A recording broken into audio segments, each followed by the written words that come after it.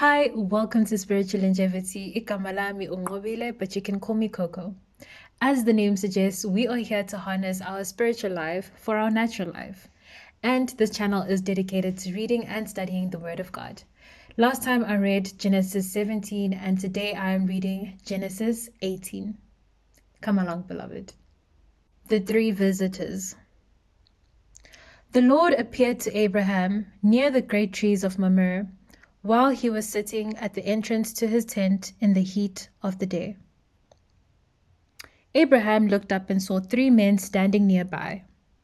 When he saw them, he hurried from the entrance of his tent to meet them and bowed low to the ground.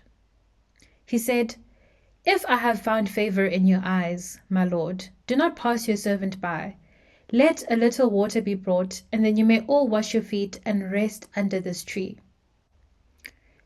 Let me get you something to eat, so you can be refreshed and then go on your way, now that you have come to your servant." "Very well," they answered. "Do as you say."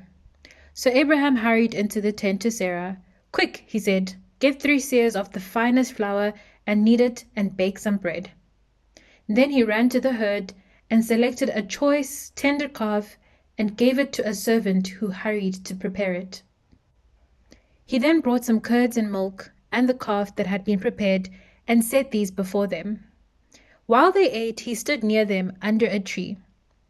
"Where is your wife Sarah?" they asked. "There, in the tent," he said. Then one of them said, "I will surely return to you about this time next year, and Sarah your wife will have a son." Now Sarah was listening at the entrance to the tent which was behind him.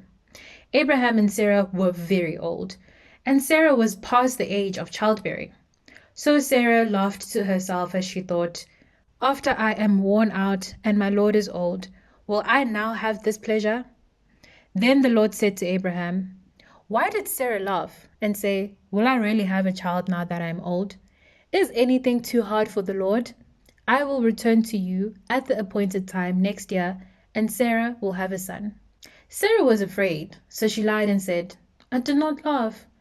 But he said, "Yes, you did laugh."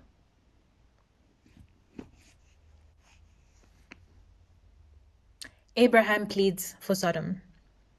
When the men got up to leave, they looked down toward Sodom, and Abraham walked along with them to see them on their way. Then the Lord said, "Shall I hide from Abraham what I am about to do? Abraham will surely become a great and powerful nation, and all nations on earth will be blessed through him. For I have chosen him so that he will direct his children and his household after him to keep the way of the Lord, by doing what is right and just, so that the Lord will bring about for Abraham what he has promised."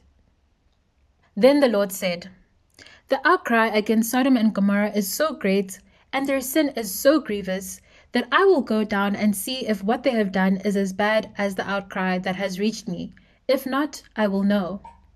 The men turned away and went toward Sodom, but Abraham remained standing before the Lord.